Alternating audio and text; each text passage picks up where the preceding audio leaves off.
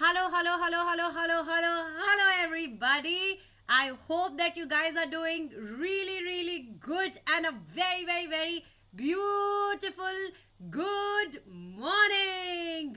Good morning, good morning, good morning, good morning. कैसे हो आप लोग? How is everybody doing? Good morning, good morning, good morning. कैसे हो बच्चों, कैसे हो आप? फाइनली सबसे पहले आपकी आज की पहली क्लास है लॉ की मेरे साथ।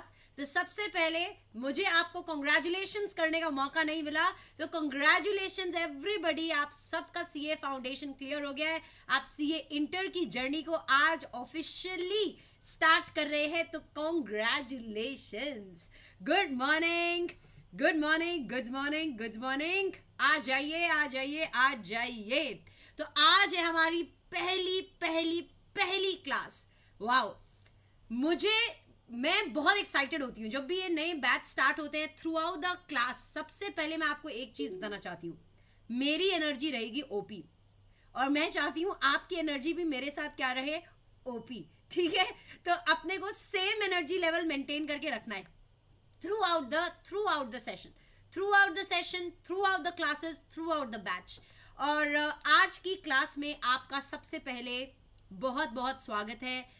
Very very very warm welcome. तो अपना जो भी आप पानी वानी का बॉटल है अपना बाजू में रखा करें, क्योंकि बहुत ज़्यादा एनर्जी के साथ हमें क्या रहना है, क्लास में एकदम पार्टिसिपेट करके क्लास में हम क्या करेंगे, पढ़ाई करेंगे। कैसे हो मैम? मैं बिल्कुल ठीक हूँ भाई, आप कैसे हो? आपका पहला दिन है, कैसे जा रहा है? पहली क्लास कैसी थी पहले मुझे बताओ। अकाउंट्स की क्लास कैसी थी? अंशुल सर की क्लास कैसी थी आपकी?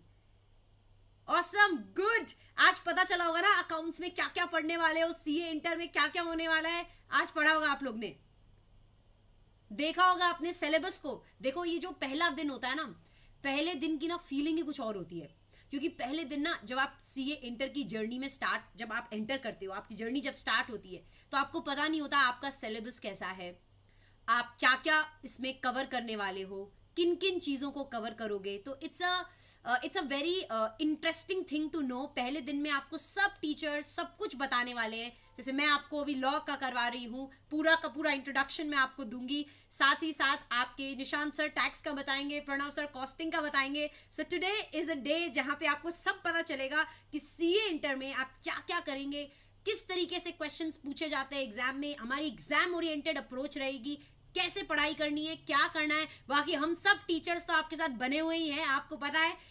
थ्रू आउट द बैच मैं आपसे एक प्रॉमिस चाहती हूँ, एक प्रॉमिस। अच्छा सुनो, सब पहले मुझे बताएंगे किस किस को एग्जाम्शन चाहिए। पहले मेरे को बता दो, जिसको एग्जाम्शन चाहिए मुझे एक थम्स अप दोगे एवरीबॉडी। चलो, किसको एग्जाम्शन चाहिए? हर एक सब्जेक्ट में एग्जाम्शन किसको चाहिए? सारे बच्चे मेरे को बताएंगे।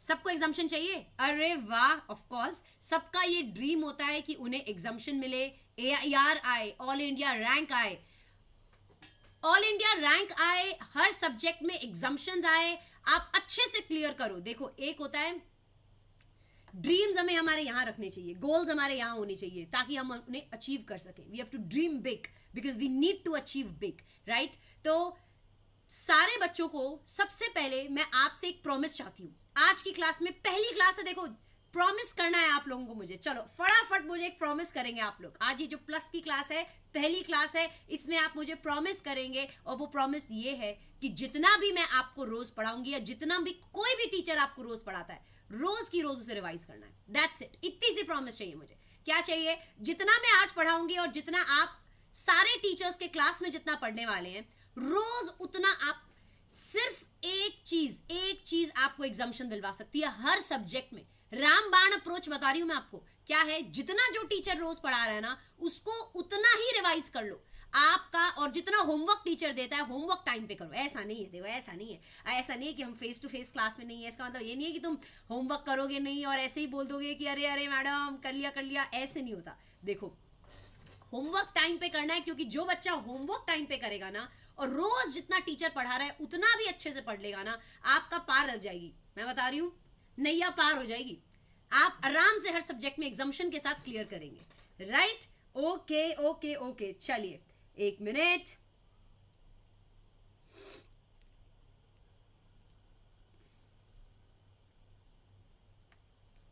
चलो चलो चलो, all right all right all right.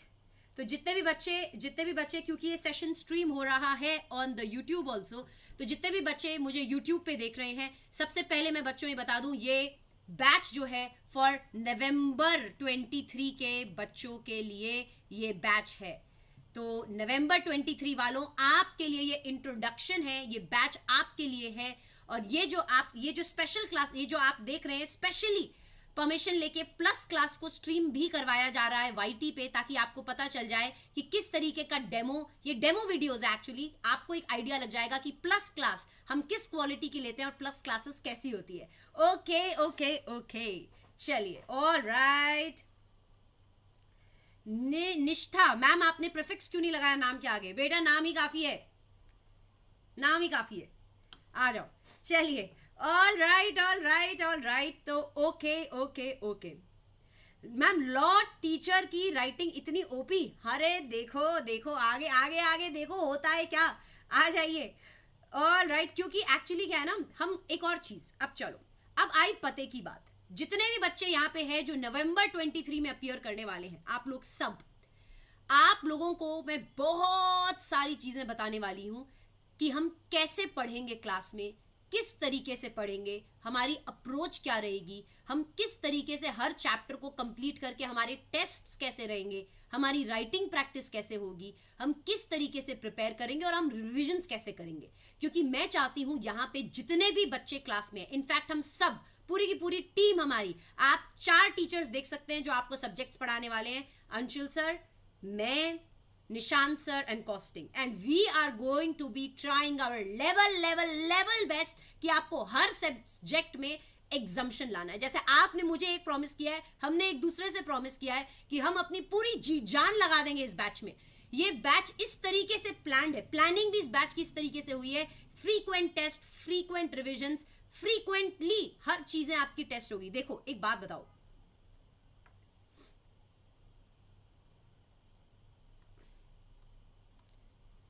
All right all right all right, is it fine now? Now okay, चलिए, all right all right okay all right. तो सबसे पहले मैं आपको बताने वाली हूं कि किस तरीके से हम पढ़ाई करेंगे। जैसे मैंने बोला, आपने मुझे प्रॉमिस किया है कि मैम हम ये चीज़ रोज़ करेंगे, रोज़ रिवाइज करेंगे, जितना आप पढ़ाते हो हम रोज़ रिवाइज करेंगे।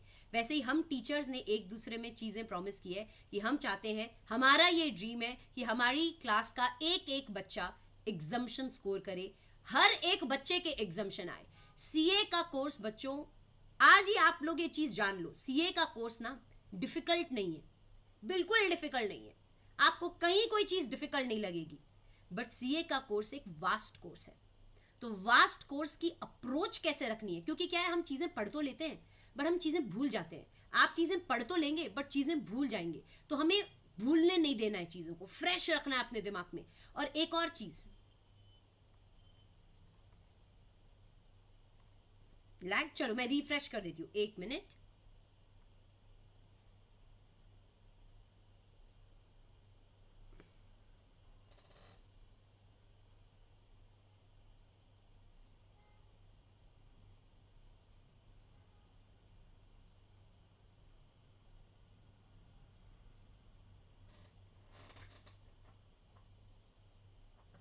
All right all right all right, अभी लैग, मैंने वो रिफ्रेश किया था ना, तो थोड़ा लैग आया होगा। ऑल राइट एवरीबडी, चलिए अब स्टार्ट करते हैं पते की बात। अब स्टार्ट मैं आपको बताऊंगी स्टार्ट करके कि कंपनी लॉ में क्या क्या पढ़ेंगे, क्या क्या टॉपिक्स आएंगे, कितना क्या वेटेज हर चीज़ का रहता है, क्वेश्चन टाइप किस तरीके से एग्जाम में पूछे जाते हैं और कैसे पढ़ना है, और सारी चीज़ डिटेल में आपको बताने वाली हूँ। Today is an introductory class, introduction to the subject of law. आप फाउंडेशन में पढ़कर आए हैं, लेकिन और प्यार से हम सीए इंटर में करेंगे। ओके ओके ओके, चलिए, तो सबसे पहले आपका पूरा का पूरा लॉ किस तरीके से सीए इंटर के लिए डिवाइडेड है।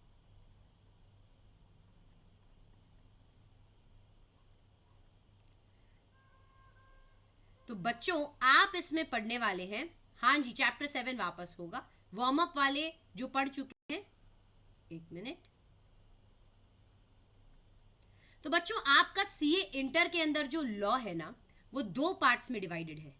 एक है आपका कंपनी लॉ जो आप पढ़ने वाले हैं, एक है आपके अदर लॉज।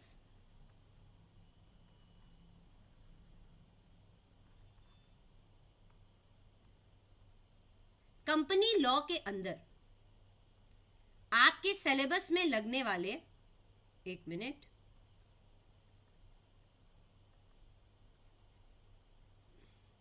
कंपनी लॉ के अंदर आपके 1 to 10 चैप्टर्स आप स्टडी करेंगे। 1 to 10 चैप्टर्स सेक्शन 1 से लेके 148 तक, सेक्शन 1 से लेके सेक्शन 148 तक, दैट इज चैप्टर 1 से लेके चैप्टर 10 चैप्टर्स आपके सिलेबस में आने वाले हैं फॉर सीए इंटर, चैप्टर 1 से लेके चैप्टर 10। ठीक है, तो वैसे तो देखो, वैसे तो ना आपके कंपनीज एक्ट में 29 चैप्टर्स है ओवरऑल, अगर हम देखें तो 29 चैप्टर्स है, लेकिन आपके सिलेबस में सिर्फ 1 to 10 चैप्टर्स एप्लीकेबल है। तो आप सीए इंटर में 1 से 10 चैप्टर, 1 to 10 चैप्टर्स करेंगे, करेक्ट। सेक्शन 1 से लेके सेक्शन 148 कंपनी लॉ में आप करने वाले हैं। अदर लॉज के अंदर आप 4 अदर लॉज करेंगे। एक आप करेंगे इंडियन कॉन्ट्रैक्ट एक्ट।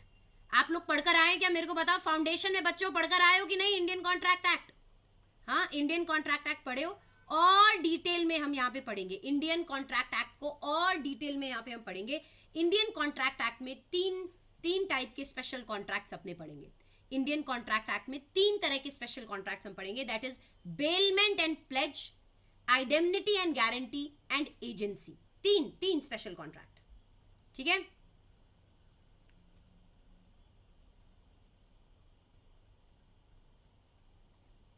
ठीक है। और हम पढ़ेंगे interpretation of statutes. Interpretation of statutes lag नहीं है, इंटरप्रिटेशन ऑफ स्टैट्यूट्स।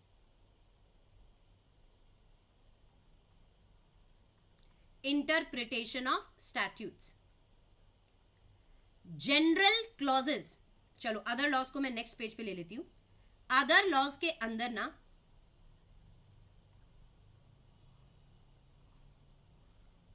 आप पढ़ेंगे contract act, that is Indian contract act. फिर आप पढ़ेंगे interpretation of statutes, interpretation of statutes,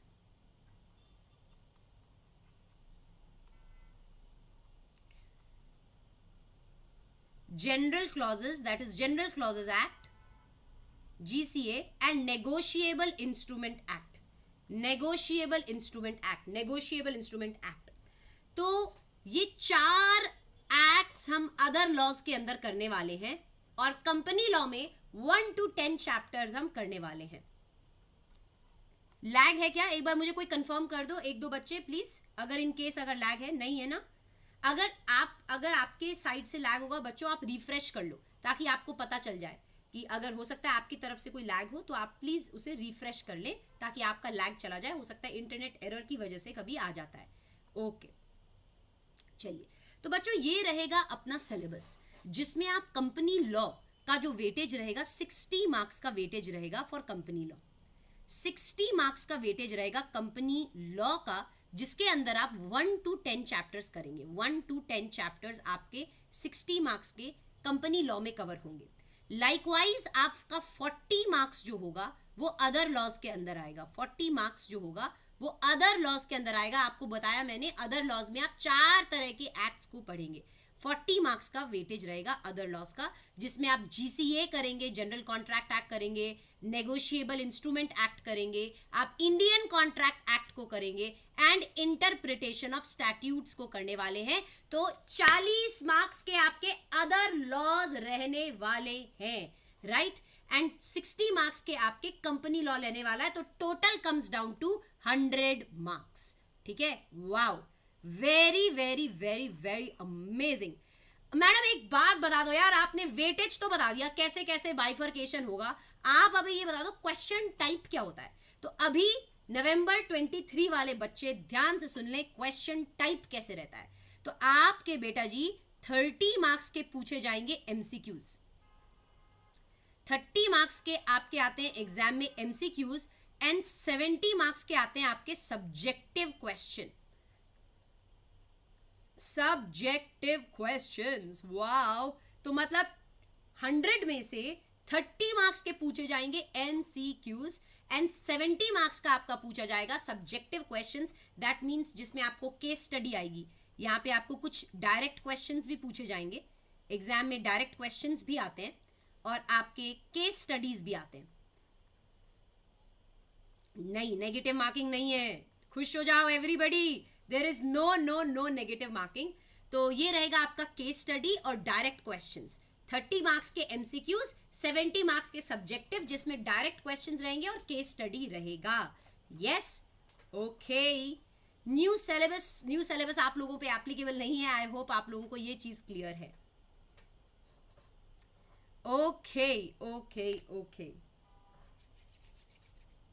alright, warm up batch में कोई भी वार्म अप बैच में हमने कुछ चीजें ऑलरेडी कवर की है, तो वार्म अप वालों आपके लिए रिवीजन रहेगा ये। Okay. Thank God no negative marking. Negative marking नहीं है, चिल करिए, मजे में रहिए, कोई नेगेटिव मार्किंग नहीं है, टेंशन बिल्कुल नहीं लेनी है। अब हम आपको बताएंगे कि हम लॉ को पढ़ेंगे कैसे। मैडम यार इतना सारा है, एक बात बताओ, अदर लॉज में हम इतने सारी चीजें करने वाले हैं। दैट इज जीसीए करने वाले हैं, negotiable instrument, interpretation. Company law के अंदर हम 1 to 10 चैप्टर्स करने वाले हैं। हम कैसे पढ़ेंगे इसको, लॉ की पढ़ाई को हम कैसे करेंगे। लॉ एक थ्योरी सब्जेक्ट है, हम किस तरीके से पढ़ने वाले हैं। सारे बच्चे, अच्छा जितने भी बच्चे वार्म अप वाले हैं, वार्म अप में जितना भी मैंने करवाया है वो वापस से एकाग्रता में मैं करवाऊंगी। मेरी अप्रोच थ्योरी में ऐसी रहती है कि जितना भी आपने वार्म अप में पढ़ा है वो सारा वापस से एकाग्रता बैच में करवाया जाएगा। वो आपके लिए एक बहुत बढ़िया रिवीजन भी रहेगा वार्म अप के लिए। और जितने बच्चे मुझे नया ज्वाइन किए हैं, आप लोग शुरुआत से एंड तक सारी चीजें करेंगे मेरे साथ। तो मेरी अप्रोच रहती है थ्योरी में जितनी बार भी रिवाइज करो उतना बढ़िया रहता है। तो जितने भी बच्चे वार्म अप के लेकर मुझे सवाल पूछ रहे हैं, वार्म अप का सब कुछ करवाऊंगी, डोंट वरी। All right. चलिए अब हम स्टार्ट करने से पहले आपको बताएंगे कि लॉ को हम पढ़ेंगे कैसे। तो बच्चों सबसे पहले लॉ एक थ्योरी सब्जेक्ट है, ठीक है। लॉ एक थ्योरी सब्जेक्ट है। थ्योरी से तुमको डर लगता है क्या? कितने बच्चों को थ्योरी से डर लगता है? जरा कमेंट सेक्शन में बताओ मुझे, थ्योरी से किसको डर लगता है? थोड़ा सा डर, थोड़ा सा। अरे यार मैडम मुझे याद नहीं रहती है, अरे यार मैडम मुझे समझ में नहीं आता है, अरे मुझे ऐसा होता है। किसको थ्योरी से डर लगता है? ये डर निकालना है सबसे पहले। ये डर नहीं चाहिए। डर के कौन सी पढ़ाई होती है यार, हमें एकदम फुल एनर्जी के साथ पढ़ना है। हर एक चीज समझ के पढ़नी है, हर एक चीज को हम प्रैक्टिस करेंगे। तो किस तरीके से हम पढ़ाई करेंगे वो हम, फेवरेट सब्जेक्ट था क्या? किसका फेवरेट सब्जेक्ट था लॉ? फाउंडेशन में किसका फेवरेट सब्जेक्ट था? नहीं था। कुछ बोल रहे मेरा था, कुछ था, नहीं था। लॉ आपका फेवरेट सब्जेक्ट बन जाएगा सीए इंटर में, ये मैं आपको प्रॉमिस करती हूँ, ठीक है। हम इस तरीके से पढ़ेंगे कि लॉ आपका बिल्कुल जो है फेवरेट सब्जेक्ट बन जाएगा। ऑलराइट, यस, बिल्कुल। अच्छा आ जाइए, चलो। तो सबसे पहले हम लॉ को पढ़ेंगे कैसे। लॉ बेटा जी एक थ्योरी सब्जेक्ट है, ठीक है। थ्योरी सब्जेक्ट में ना कॉन्सेप्ट क्लैरिटी बहुत ज्यादा इंपॉर्टेंट है। क्या जरूरी है? कॉन्सेप्ट की क्लैरिटी। क्योंकि देखो एक बात बताओ, मैं आपको नॉर्मली एक चीज बता दूं कि ये ऐसा होता है। आपके मन में बहुत सवाल आएंगे, ये ऐसा क्यों होता है, किस लिए होता है, ये ऐसा ही क्यों होता है। तो हर चीज की कॉन्सेप्ट क्लैरिटी, ये सेक्शन लॉ मेकर्स ने क्या सोच के बनाया। अगर मान लो आप कोई भी सेक्शन पढ़ते हो, आप कंपनीज एक्ट में कोई भी सेक्शन पढ़ते हो, तो मैडम ये सेक्शन क्यों लाया गया, इसकी क्या जरूरत थी, कि ये सेक्शन को लाया गया, लॉ मेकर्स ने क्या सोच के इस सेक्शन को लाया। हम हर एक चीज को पढ़ेंगे, हर एक चीज की कॉन्सेप्ट में जाके इन डेप्थ नॉलेज ऑब्टेन करेंगे। कॉन्सेप्ट क्लैरिटी हमेशा कैसी रखनी है? क्या बोलते हैं? कॉन्सेप्ट क्लैरिटी कैसी रखनी है? ओपी रखनी है। कॉन्सेप्ट क्लैरिटी क्या होनी चाहिए? 100% होनी चाहिए, ओपी होनी चाहिए। ऐसी होनी चाहिए कि आप किसी और को भी पढ़ा सको। कॉन्सेप्ट इतने क्लियर होने चाहिए कि आप अगर किसी और के साथ बैठो तो उसको भी पढ़ा सको। वैसी कॉन्सेप्ट क्लैरिटी हमको क्लास में लानी है, ठीक है। चलिए नेक्स्ट चीज, जैसे ही आपका हर चैप्टर खत्म होगा, जैसे ही आपका हर चैप्टर खत्म होगा, after every chapter, after every chapter हम क्या करेंगे, मैं आपका टेस्ट लूंगी। आफ्टर एवरी चैप्टर एक टेस्ट होगा आपका एमसीक्यू टेस्ट। एमसीक्यू टेस्ट देखो 30 मार्क्स के एमसीक्यू आते हैं। एक होता है स्टडिंग हार्ड, एक होता है स्टडिंग स्मार्ट। जब 30 मार्क्स के एमसीक्यूज आते हैं तो आपको नहीं लगता 30 मार्क्स 30 के 30 पॉकेट में होने चाहिए अपने खुद के? ऐसी पढ़ाई करनी है कि हमें एमसीक्यूज को प्रैक्टिस करना है। एक बात बताती हूँ, बच्चे पता है क्या करते हैं, नॉर्मली बच्चे क्या करते हैं पता है, अरे एमसीक्यू का क्वेश्चन बैंक खरीद लो, अरे फलाने का एमसीक्यू क्वेश्चन बैंक खरीद लो, अरे यहां से क्वेश्चन बैंक मिल जाएगा। अरे बेटा जी, कॉन्सेप्ट अगर तेरे क्लियर है ना तो तुम कोई भी एमसीक्यूज को अटेम्प्ट कर पाएगा। पहली चीज, कॉन्सेप्ट अपना कैसा रखना है, टॉप नॉच। कॉन्सेप्ट अगर स्ट्रांग है ना तो फिर आन दो यार, कैसा भी एमसीक्यू वो आन दो, तोड़ फोड़ मचा देंगे हम तो। हर किसी टाइप का एमसीक्यूज आप सॉल्व कर सकते हो अगर आपके कॉन्सेप्ट एकदम टॉप नॉच क्लैरिटी पर है तो पहला फोकस कॉन्सेप्ट क्लैरिटी। दूसरा फोकस है टेस्ट। देखो टेस्ट होंगे तो ही तो आपको पता चलेगा कि आपको समझ में आ रहा है कि नहीं आ रहा। एक बात बताओ, मैं आपका टेस्ट, अगर मैं आपको एक टेस्ट शीट ना दूं तो आपको पता ही नहीं चलेगा कि आपको आ रहा है कि नहीं आ रहा है और कॉन्सेप्ट कहां पे वीक है। तो एमसीक्यू टेस्ट आपका लिया जाएगा। एमसीक्यू टेस्ट के साथ साथ मैं आपको केस बेस्ड क्वेश्चंस भी दूंगी सॉल्व करने के लिए, केस बेस्ड क्वेश्चन। और मेरी क्लास का एक रूल रहेगा, हर दिन मैं आपको एक क्वेश्चन दूंगी लिखने के लिए। देखो मेरे को ऐसा लगता है, देखो कितना भी आप पढ़ लो, कितना भी आप बुक रीडिंग कर रहे हो, कितना भी आप पढ़ लो, जब आपको पता ही नहीं है कि एग्जाम में लिखकर कैसे आना है, प्रेजेंटेशन का तो हमें आता पता ही नहीं है, तो अगर प्रेजेंटेशन का आता पता नहीं है, एग्जामिनर को एक बात बताओ, एग्जामिनर तुमको जानता है क्या? वो जानता है जसनीत कौन है, स्नेहा कौन है, प्रिया कौन है, शशांक कौन है, शशांक ने पढ़ाई में कितनी मेहनत की थी, शशांक ने कितनी राइटिंग प्रैक्टिस की, उसको कुछ मतलब नहीं है आपसे। उसको नहीं पता कि आपने कितनी पढ़ाई की है, आप कितने इंटेलिजेंट बच्चे हो, आपने कितना पढ़ा है, उसको नहीं पता। आपकी मेहनत एग्जामिनर को नहीं पता है।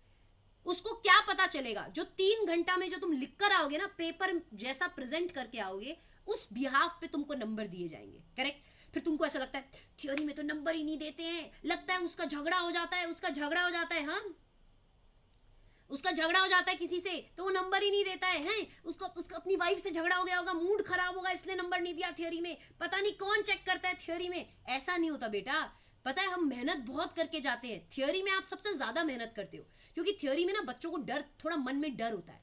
किस चीज का डर होता है? सब बच्चों के मन में एक डर होता है कि यार लिख नहीं पाएंगे, यार चीजें याद नहीं आएगी, यार अच्छे से नहीं हो पाएगी। तो इस चीज का एक फियर होता है अपने दिमाग में ना, हम एक फियर बना के चलते हैं। तो वो फियर को ना हमें बाय बाय बोलना है, फियर नहीं रहने देना है। मैंने ना पहली चीज आपके क्लास में क्या करनी है, आपके दिमाग में से ना थियोरी का फियर, एक जो भूत है ना, वो हटाना है। वो कैसे हटेगा? जब हम एमसीक्यू टेस्ट लेंगे पहली चीज, और रोज मैं आपको, आप जितनी पढ़ाई करोगे ना उस बिहाफ पे मैं आपको एक क्वेश्चन लिखने के लिए दूंगी। एक क्वेश्चन आप लिख कर आओगे, रोज क्लास का होमवर्क एक क्वेश्चन लिखना।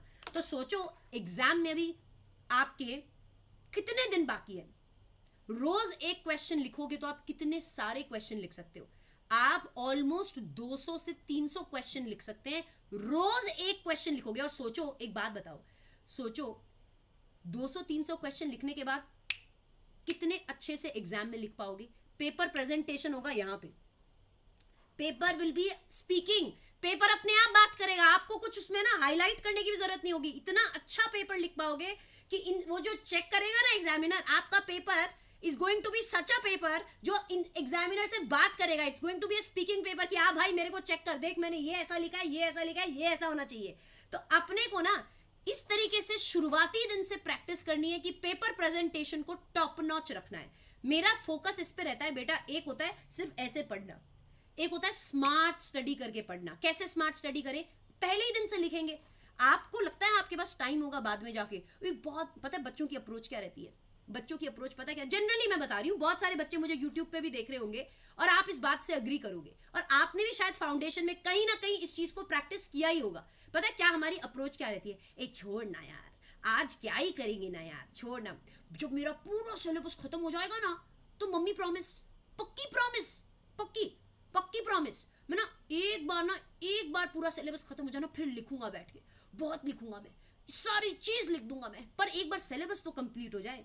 फिर आखिरी दिन तक पता है क्या होता है, यार मेरा तो सिलेबस ही नहीं हो रहा है, सिलेबस ही नहीं हो रहा है, मैं कब करूं, मैं ये कब करूं, मैं वो कब करूं, ऐसे कैसे कैसे करूं, कैसे होएगा, फिर वो कैसे होएगा, फिर मैं अगर लिख लूंगा तो मेरा टाइम तो अब लिखने के लिए बचा ही नहीं है, छोड़ना, नहीं लिखते, ओरल रिवीजन कर देते हैं। ओरल रिवीजन करके जाते हो, एग्जाम में क्या होता है, यार स्टार्ट कैसे करूं, एग्जाम में जाके ना फिर ऐसा पेपर पेन लेके आप बैठ जाते हो, ये स्टार्ट कैसे होगा, इसको स्टार्ट कैसे करूं, सेक्शन लिखूं कि नहीं लिखूं, अरे कौन सा सेक्शन था, अरे पॉइंट्स में लिखूं कि पैराग्राफ में लिख दूं, ये बात रहती है। ठीक है, ये होती है, सबके साथ होती है। अब ये रियलिटी है। देखो कोई बच्चा कहेगा कि नहीं यार मैं नहीं करता मैडम ऐसा, पर बहुत सारे बच्चे ऐसे होंगे जो अग्री करेंगे कि ऐसा होता है। क्वेश्चन का आंसर स्टार्ट कैसे करना है वही समझ में नहीं आ रहा। क्यों समझ में नहीं आ रहा, क्योंकि बेटा जी आपने तो लिखा ही नहीं है, तो आप अगर लिखोगे ही नहीं तो आपको पता ही नहीं होगा कि आपको स्टार्ट कैसे करना है ना। स्टार्ट करना ही नहीं आ रहा तो टाइम जो है आपका 3 घंटे का टाइम टिक टिक टिक करके आगे जाता रहता है, आप में स्ट्रेस बढ़ता जाता है और पेपर क्वालिटी खराब हो जाती है। इसलिए एग्जामिनर जो है वो आपको कम नंबर देता है। तो आज से आप लोग मेरे साथ एक प्रॉमिस कर दो, चलो pinky promise, everybody come on, pinky promise. क्या है पिंकी प्रॉमिस, रोज जो मैं क्वेश्चन दूंगी उसे आप लिखेंगे, एकदम जेन्युइननेस के साथ लिखेंगे। ठीक है, चलो, oh perfect perfect, all right all right all right all right. तो इससे 2 फायदे होंगे, क्लैरिटी बढ़ेगी, कॉन्सेप्ट क्लैरिटी बढ़ेगी, प्रैक्टिस होगा, राइटिंग प्रैक्टिस होगा। अच्छा मैडम एक बात बता दो, ये जो आप केस बेस्ड क्वेश्चंस कराओगी, एमसीक्यूज करवाओगी, एक बात तो बताओ, आप आरटीपी क्वेश्चंस कवर करोगे? बेटा पिछले 5 अटेम्प्ट के, 5 अटेम्प्ट्स के आरटीपीज आपके इन केस बेस्ड क्वेश्चंस में, पास्ट 5 अटेम्प्ट्स के आरटीपीज एंड एमटीपीज कवर होंगे। मॉक टेस्ट पेपर्स जो आपके पिछले 5 अटेम्प्ट के मॉक टेस्ट पेपर्स, पिछले 5 अटेम्प्ट के रिवीजन टेस्ट पेपर्स, ये आपके एमसीक्यूज में, केस बेस्ड क्वेश्चंस में आपके कवर होने वाले हैं, ताकि आप लोगों को कहीं कोई कोई क्वेश्चन आपको नया नहीं लगना चाहिए। जब आप एग्जाम में बैठो ना, एक तो क्लैरिटी आपके दिमाग में 100% होनी चाहिए, कॉन्सेप्ट एकदम यहां होना चाहिए, और दूसरा आरटीपी एमटीपी इतना प्रैक्टिस करके जाएंगे कि हर टाइप का क्वेश्चन आप एग्जाम में अटेम्प्ट कर सको। Right, all right all right all right all right, चलिए ऑल राइट। नेक्स्ट क्या रहेगा बेटा जी, नेक्स्ट फोकस किसके ऊपर रहेगा, रिविजन्स। हर चैप्टर के बाद मैं आपके रिविजन्स करवाऊंगी, हर चैप्टर के बाद। नहीं, आपको नोट्स जो होंगे वो आपको लिंक दे दिया जाएगा, आपको लिंक दूंगी। आपको अंशुल सर ने लिंक दिया है क्या, आपको अंशुल सर ने लिंक दिया है? उस लिंक में आपके सारे सब्जेक्ट्स के सारे नोट्स अपलोड हो जाएंगे, तो वो आप प्रिंट करवा सकते हो। जैसे अंशुल सर आपको अकाउंट्स का देंगे, मैं आपको लॉ का दूंगी, टैक्स का आपको निशान सर देंगे, कॉस्टिंग का आपको प्रणव सर जो है, उसी लिंक में हमारे फोल्डर्स होंगे और उसी लिंक के अंदर सारे के सारे चैप्टर के नोट्स आपके अपलोडेड होंगे, तो आप उसे प्रिंट करवा सकते हैं। तो क्या होगा कि आप साइड बाय साइड पढ़ेंगे। यस, अब आई नेक्स्ट चीज, मैडम आपके नोट्स कैसे होते हैं, मैम आपके नोट्स कैसे होते हैं? तो सबसे पहली चीज तो बच्चों, नोट्स मैंने इस तरीके से बनवाए हैं, इस तरीके से मैंने पर्सनली अपने नोट्स बनाए हैं कि हर सेक्शन के बाद समरी रहेगी। After each and every section, अगर एक चैप्टर में मान लो 10 सेक्शंस है, तो हर सेक्शंस के बाद, ईच एंड एवरी सेक्शन के बाद सेक्शन का क्रक्स रहेगा, दैट मीन्स समरी रहेगी। मतलब मैम समरी क्या होती है, मतलब ये नोट्स इतने ओपी है बेटा कि जब तुम पूरा चैप्टर खत्म होने के बाद रिवाइज करेगा ना, तो सिर्फ तुम्हें समरी से रिवाइज करना है। समरी के अंदर हर एक की पॉइंट डाला है, मतलब हर एक सेक्शन के बाद एक समरी है, मतलब आपको अलग से कोई समरी बनाने की जरूरत नहीं है, आपके हर सेक्शन के बाद मैंने समरी डाल दी है। तो उससे क्या होगा, आपको इतना बड़ा चैप्टर है तो उस इतने चैप्टर को मैंने इतना सा बना दिया है समराइज्ड नोट्स बना के। देखो बच्चों को ना क्या चीज से डर लगता है, तो बड़ा चैप्टर है 1 से 120 पेजेस है इसके अंदर, कैसे होएगा कैसे होएगा, कहाँ से स्टार्ट करूं? बेटा 120 को मैंने 20 बना दिया है, तो टेंशन लेने का बिल्कुल जरूरत नहीं है। 20 पेज में चैप्टर खत्म, ठीक है। तो समरी देखो, एक बात बताऊं, सीए में ना एग्जाम्पशन कैसे आता है। क्लास जब स्टार्ट हो रही थी मैंने क्या प्रॉमिस करवाया था तुमसे? रिविजन्स करने। तो बेटा revision is the key to success. CA का कोर्स डिफिकल्ट नहीं है, बिल्कुल डिफिकल्ट नहीं है। एक एवरेज बच्चा सीए को एकदम धुआंधार तरीके से कर सकता है, बट प्रॉब्लम क्या आ जाती है ना, प्रॉब्लम क्या आ जाती है, इतना सारा हो जाता है, ये करूँ ये करूँ ये करूँ ये करूँ या ये करूँ, रिवाइज करने का टाइम नहीं मिलता। तो रिविजन नहीं करते तो हम भूल जाते हैं, वी फॉरगेट एवरीथिंग, राइट? क्योंकि अब ये कंप्यूटर तो है नहीं, है तो ह्यूमन माइंड ही ना, भूलते तो सब हैं, भूल ही जाएंगे, उसमें क्या, अगर आप रिवाइज नहीं करोगे तो भूल जाओगे। तो अब ना मैंने इसीलिए इस चीज को ध्यान रख के हर सेक्शन के बाद डाल दी एक समरी।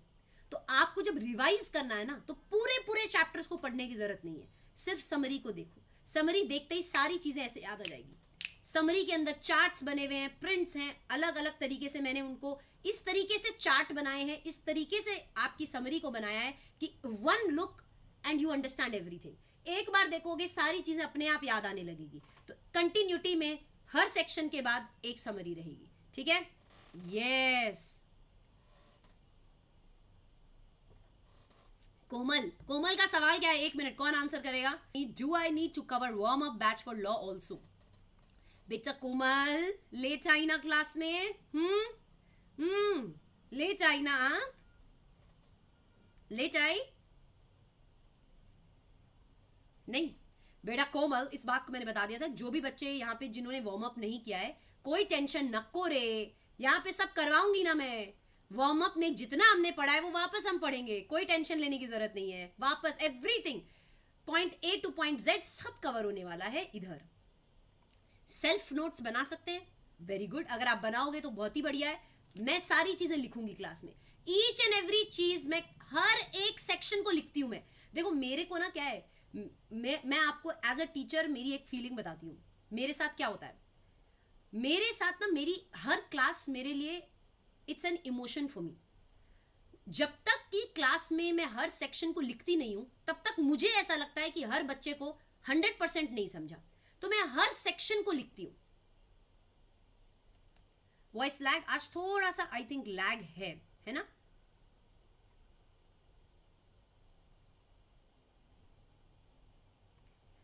थोड़ा सा हो सकता है लैग आ जाए, but I hope it's clear.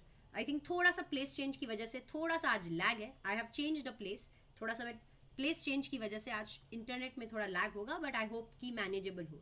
तो बच्चों क्या है ना कि हर चीज़ मैं क्लास में भी लिखूंगी। तो कोई ऐसा बच्चा हो सकता है जिसको सेल्फ नोट्स बनाने का मन करे कि मैम हमें ना खुद से नोट बनाने हैं, तो आप बिल्कुल क्लास में मैं तो हर चीज़ लिखूंगी, आप मेरे साथ साथ बना सकते हो। और अगर आप नहीं बनाना चाहते हो तो आप क्या कर सकते हो, अलग से आप समरी आपको दी जाएगी, हर सेक्शन के बाद आपको समरी दी जाएगी, आप समरी भी पढ़ सकते हो। 2 टाइप के बच्चे, कुछ बच्चे होते हैं जिनको क्लास में लिखने का मन करता है तो मैं लिखूंगी, आप साइमल्टेनियसली लिख लो। कुछ ऐसे बच्चे होते हैं जिनको लिखने का मन नहीं करता, जिनको सिर्फ समझना है, तो आप समरी बनाई दिए, आपके लिए मैंने हर सेक्शन के बाद समरी बनाई दी, आप समरी से पढ़ो, कोई दिक्कत नहीं है, ठीक है? Okay, right right right right right. आज लैग आ रहा है ना, 1 मिनट मैं रिफ्रेश करती हूँ। 1 मिनट में भी लैग ठीक हो जाएगा।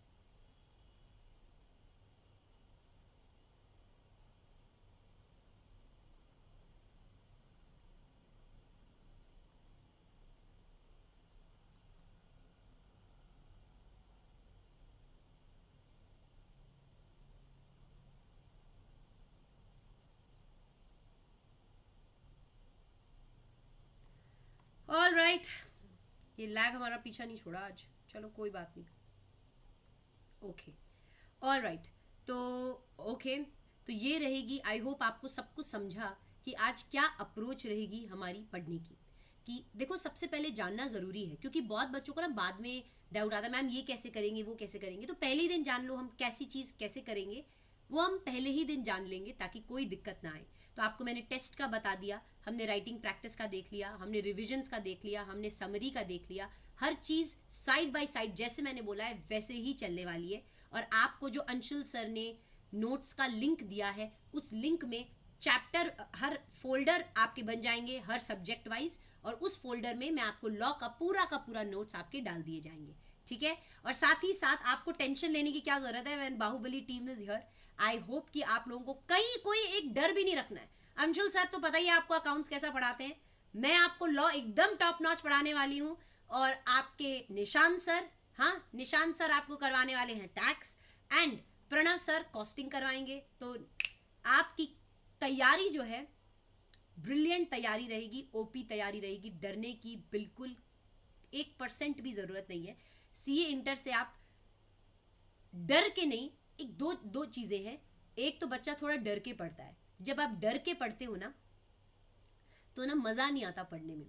तो ना आपको डर के नहीं पढ़ना, आपको प्यार से पढ़ना है। आपको ऐसे पढ़ना है कि मुझे नॉलेज मिल रही है, खुशी खुशी पढ़ना है। जितना अच्छे से पॉजिटिवली पढ़ोगे उतनी बढ़िया आप पढ़ाई और उतनी बढ़िया आप प्रैक्टिस कर पाओगे, ठीक है। चलिए, और डर के आगे जीत है ना। आ जाओ, चलिए तो अब स्टार्ट करते हैं। आज के थोड़े इंट्रोडक्शन आपको दिया जाए कि आपका सबसे पहले आप कंपनी लॉ, हमारे सिलेबस में सबसे पहले हम स्टार्ट करने वाले हैं कंपनी लॉ। तो चलिए कंपनी लॉ के बारे में बातचीत करें कि what are the machineries of company law. सबसे पहले what are the machineries of companies law. Machineries of company law, बेटा 3 मशीनरीज ऑफ कंपनी लॉ। पहला है लेजिस्लेटिव, दूसरा है executive, and then there is judicial, right. Very good, very good, very good. There are 3 machineries of company law. Legislative मतलब making, कौन बनाता है company law को, making company law, making company law. 2 तरीके के एक्ट्स हैं। चलो सबसे पहली चीज आपको मैं बताऊं, 2 तरीके के एक्ट्स होते हैं, आप सबको पता है ना। There are 2 type of acts, central act and state acts, right. There are 2 type of acts. Bharat में 2 तरीके के एक्ट्स होते हैं, एक होता है आपका सेंट्रल एक्ट्स और होते हैं स्टेट एक्ट्स। सेंट्रल एक्ट्स क्या है, ऐसे एक्ट्स जो पूरे भारत पे लगते हैं। पूरे भारत पे लगने वाले एक्ट्स जो होते हैं वो होते हैं, होल ऑफ इंडिया पे लगने वाले एक्ट्स होते हैं central acts, whole of India, right. Very good.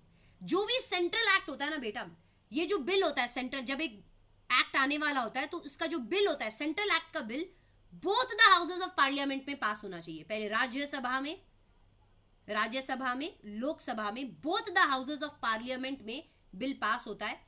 उसके बाद प्रेसिडेंट अपनी क्या देता है, असेंट देता है। प्रेसिडेंट अपनी सहमति जब देता है, उसके बाद सेंट्रल एक्ट पूरे भारत में लागू हो जाता है after getting printed in official gazette. Official gazette Bharat का राजपत्र, ऑफिशियल गजेटे भारत का राजपत्र।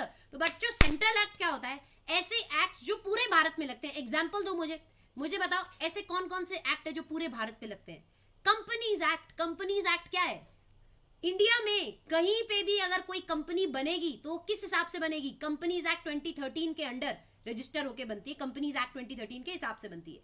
Negotiable instrument act, Indian contract act, sales of goods act, Indian partnership act, ये सारे एक्ट्स क्या हैं, जनरल क्लॉजेस एक्ट, ये सारे सेंट्रल एक्ट है, मतलब पूरे भारत में लगने वाले एक्ट्स हैं। ये एक्ट्स का ये जो बिल कैसे पास होता है, सेंट्रल एक्ट का बिल कैसे, ये बिल जब पास कैसे होता है, both the houses of parliament जब सहमति देते हैं, प्रेसिडेंट जब सहमति देता है, असेंट होता है, अगले ही दिन ऑफिशियल गजेटे में प्रिंट हो जाता है और पूरे भारत पे लागू हो जाता है।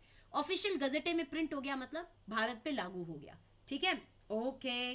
वैसे ही स्टेट एक्ट्स क्या होते हैं, अच्छा मुझे बताओ, हर स्टेट का अपने अपने एक्ट्स होते हैं। जैसे मैं राजस्थान की बात करूं तो राजस्थान का क्या है, स्टेट एक्ट। राजस्थान में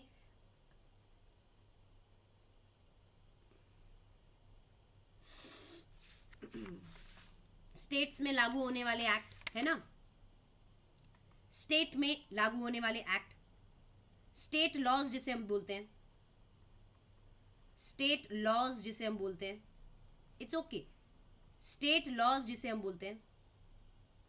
स्टेट लॉज कहां पास होते हैं? State legislature. तो जो मेंबर ऑफ स्टेट लेजिस्लेचर होते हैं, मेंबर ऑफ स्टेट लेजिस्लेचर मतलब एमएलए, एमएलए क्या करते हैं? स्टेट एक्ट्स को पास करते हैं। MLA members of state legislature, correct. State acts मतलब हर स्टेट के अपने अपने, हर स्टेट में लगने वाले अपने अपने एक्ट्स होते हैं। राजस्थान का, महाराष्ट्र का, गुजरात का, तो हर स्टेट के जो अपने एक्ट्स होते हैं that are passed by member of state legislature, that is MLA, right. MLA, everybody. तो ये तो दो टाइप के आपके एक्ट्स हो गए। एक तो जो पूरे भारत में लगता है सेंट्रल एक्ट, और एक हो गया स्टेट एक्ट, जो कुछ कुछ स्टेट्स, जो अपने स्टेट्स अपने रनिंग के लिए जो लॉज बनाते हैं, that is state act, state laws, ठीक है। ऑल राइट, चलिए, तो मुझे एक बात बताओ, कंपनी लॉ क्या है? मुझे एक बात बताओ, कंपनी लॉ एक सेंट्रल एक्ट है, पूरे भारत में लगने वाला एक्ट है, correct? Yes, of course madam, of course, इतना तो हमें पता है। तो मुझे बताओ, हु मेक्स कंपनी लॉ? मतलब हु मेड, अगर हम बात करें तो सेंट्रल एक्ट, कोई भी सेंट्रल एक्ट कहां पास होता है? पार्लियामेंट में। पार्लियामेंट के बाद प्रेसिडेंट आपके क्या देते हैं? असेंट देते हैं। तो मेकिंग ऑफ कंपनी लॉ, बताओ, company law is a central act, making कैसे रहती है? बाय पार्लियामेंट में बिल पास होता है, लोकसभा राज्यसभा में, and then president gives the assent, तो that is making company law. Executive मतलब इंप्लीमेंटेशन। मेरे को एक बात बताएंगे, सारे बच्चे बताएंगे, इंप्लीमेंटेशन, कंपनी लॉ का इंप्लीमेंटेशन भारतवर्ष में कैसे होता है? इंप्लीमेंटेशन, एक बात बताओ, लॉ बना दिया तो अपने आप थोड़ी इंप्लीमेंट हो जाएगा। इंप्लीमेंटेशन के लिए कौन है? कौन सी body? MCA, ministry of corporate affairs, MCA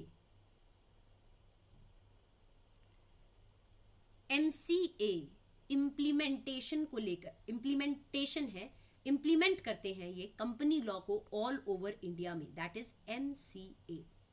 all right, then comes judicial मतलब इंटरप्रिटेशन एंड जजमेंट्स।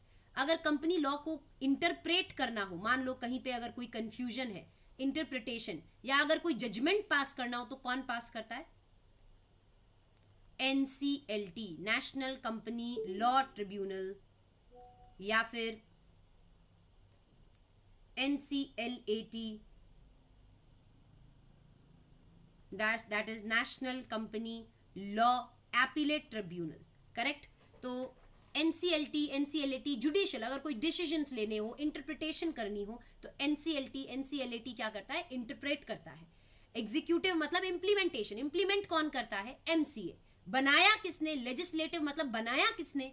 पार्लियामेंट के दोनों हाउसेस द्वारा ये बिल पास हुआ, उसके बाद प्रेसिडेंट ने अपनी सहमति दी। जैसे ही प्रेसिडेंट ने सहमति दी, उसके अगले ही दिन क्या हो गया? ये ऑफिशियल गजेटे में प्रिंट हो गया और पूरे भारत में लागू हो गया, राइट। तो ये रही कंपनी, आपके कंपनी लॉ के मशीनरीज, ठीक है।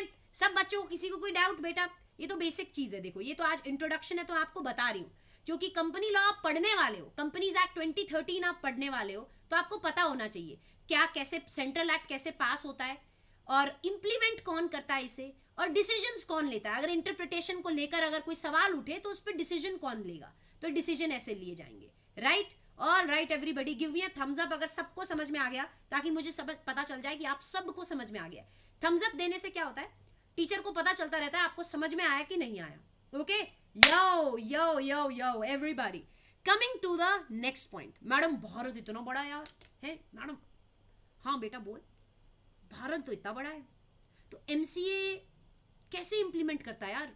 एक बात बताओ, इस एक्ट को कैसे इंप्लीमेंट किया जाएगा? भारत इतना बड़ा है, तो इस एक्ट को इंप्लीमेंट करने के लिए इन्होंने क्या किया, कैसे इंप्लीमेंट होता है? तो आ जाओ बेटा, MCA ने, अब भारत तो इतना बड़ा है, एडमिनिस्ट्रेशन के लिए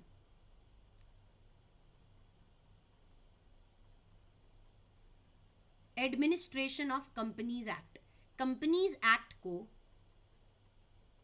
एडमिनिस्टर करने के लिए, एडमिनिस्ट्रेशन पर्पस के लिए एमसीए ने क्या किया, पूरे भारत को, पूरे इंडिया को डिवाइड कर दिया। अब देखो इतना बड़ा है, ऐसे कैसे एडमिनिस्टर, तुम मानते हो क्या, हमसे तो छोटी मोटी चीज ही, अगर आपको एक छोटा सा कोई पॉलिसी लगानी हो उसके लिए इतनी डिफिकल्टी होती है, तो इतना बड़ा एक्ट पूरे भारत में एडमिनिस्टर कैसे किया जाए, लगाया कैसे जाए, मतलब किस तरीके से एडमिनिस्टर किया जाए इसे, कि सब काम ठीक से हो रहे हैं कि नहीं, एडमिनिस्ट्रेशन कैसे हो कंपनीज एक्ट का। तो इतना बड़ा है कंट्री तो, और इतने कंपनीज पूरे भारत में, सोचो कितने कंपनीज खुलते रहते हैं, तो एडमिनिस्ट्रेशन कैसे होगा यार कंपनीज एक्ट का। एमसीए ने क्या किया, भारत को डिवाइड कर दिया 7 रीजियंस के अंदर, भारत को डिवाइड कर दिया 7 रीजियंस के अंदर। पहला रीजन आपका north region, south region, east region, west region, north east, north west and आपका साउथ ईस्ट।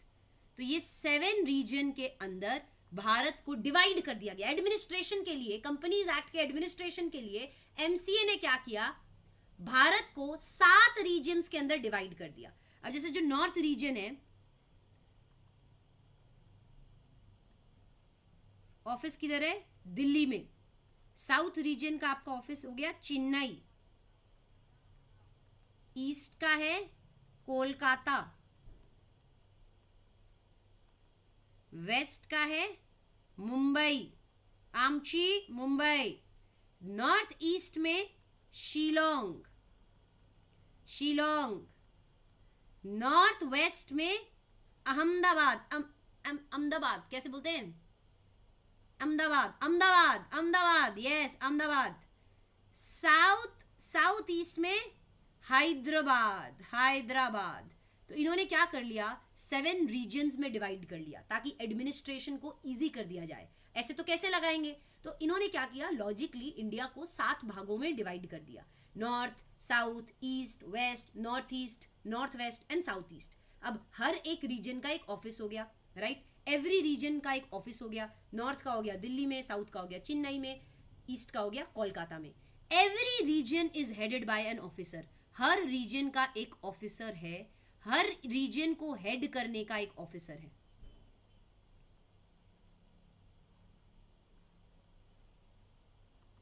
वेस्ट का हो गया ना बेटा, मुंबई, वेस्ट का हो गया ना। Raman, is this free batch with 100% coverage? No, this is a demo batch बेटा। जितने भी बच्चे यूट्यूब पे देख रहे हैं बच्चों, ये आपके लिए एक डेमो है, 6 डेज के लिए ये डेमो चलेगा, है ना। तो मुझे एक बात बता दो बच्चों, नॉर्थ के अंदर तो आपका दिल्ली है, साउथ में चेन्नई है, ईस्ट में कोलकाता है, वेस्ट में मुंबई है, साउथ वेस्ट का हैदराबाद बेटा, हैदराबाद, हैदराबाद। तो एडमिनिस्ट्रेशन के लिए 7 रीजन्स में डाला। अब मेरे को एक बात बताओ, हर नहीं 7 रीजन्स ही है, साउथ वेस्ट नहीं है, हर ऑफिस, लैग है 1 मिनट, आज थोड़ा सा यार ये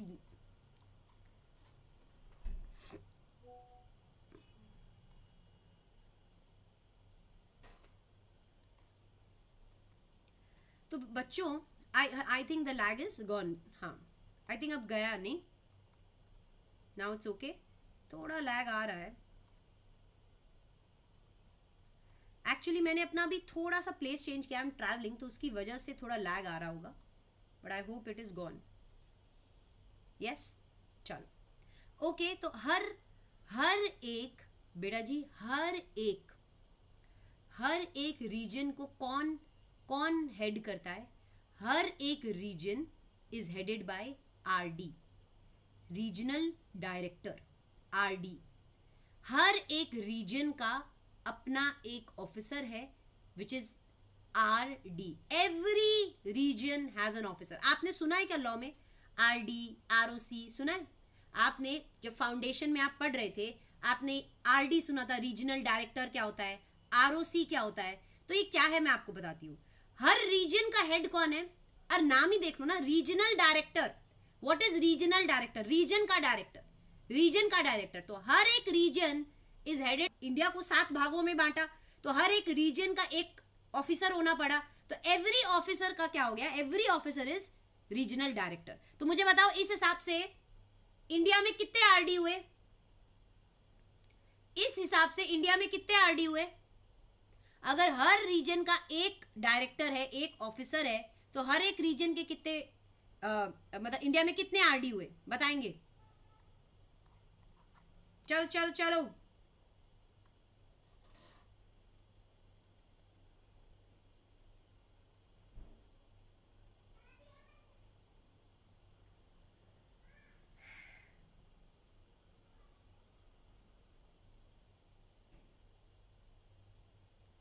थोड़ा लैग इशू आ रहा है,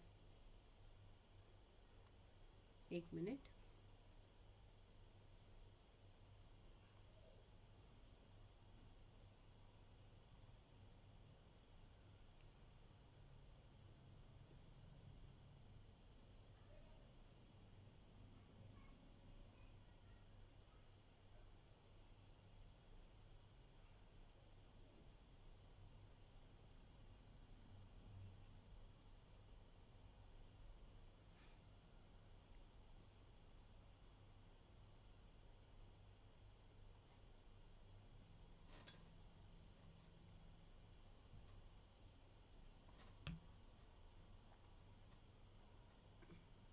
now clear, there is a lag today, but ये लैग नहीं रहेगा आज क्योंकि थोड़ा सा ट्रैवलिंग है, इसकी वजह से ये लैग आज आ रहा है, but this lag will be sorted, don't worry.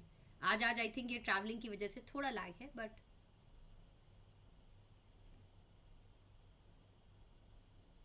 but the lag will be sorted, don't worry. Okay,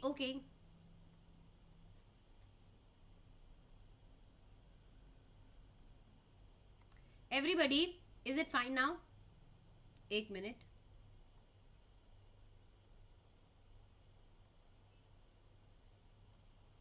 एक minute.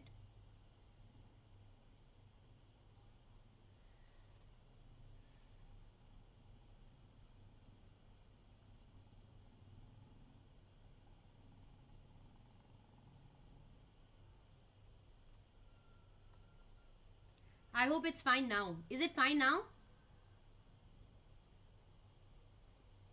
Yes? Okay. All right. Okay. चलिए ठीक है। तो मुझे बता दो, अगर हर रीजन का एक हेड है तो कितने आरडीज हुए इंडिया में, कितने आरडी हुए? Very good. एवरी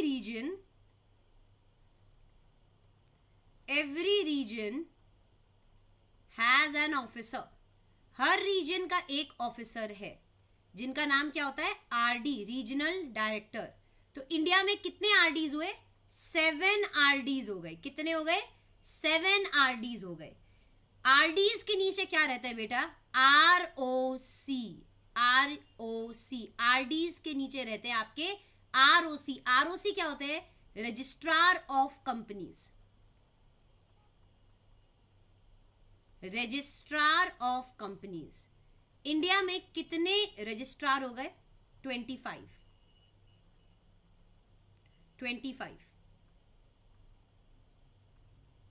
इंडिया में करंटली देयर आर 25 आरओसीज। तो आरडी होते हैं रीजन के डायरेक्टर, आरडी के नीचे क्या होते हैं? आरओसीज। वेदांत आप रिफ्रेश कीजिए। And there are official liquidators. तो आरओसी का काम क्या होता है? Deals with incorporation of companies. Companies को इनकॉर्पोरेट करना हो, कोई फॉर्म वगैरह जो फाइल होता है, आप प्लीज रिफ्रेश कर लो। जिसका भी मिसमैच हो रहा है आप रिफ्रेश कर लो। आप लोग को अगर मिसमैच हो रहा है तो प्लीज रिफ्रेश करें, इंटरनेट आपकी तरफ से, वो रिफ्रेश करने से ठीक होगा।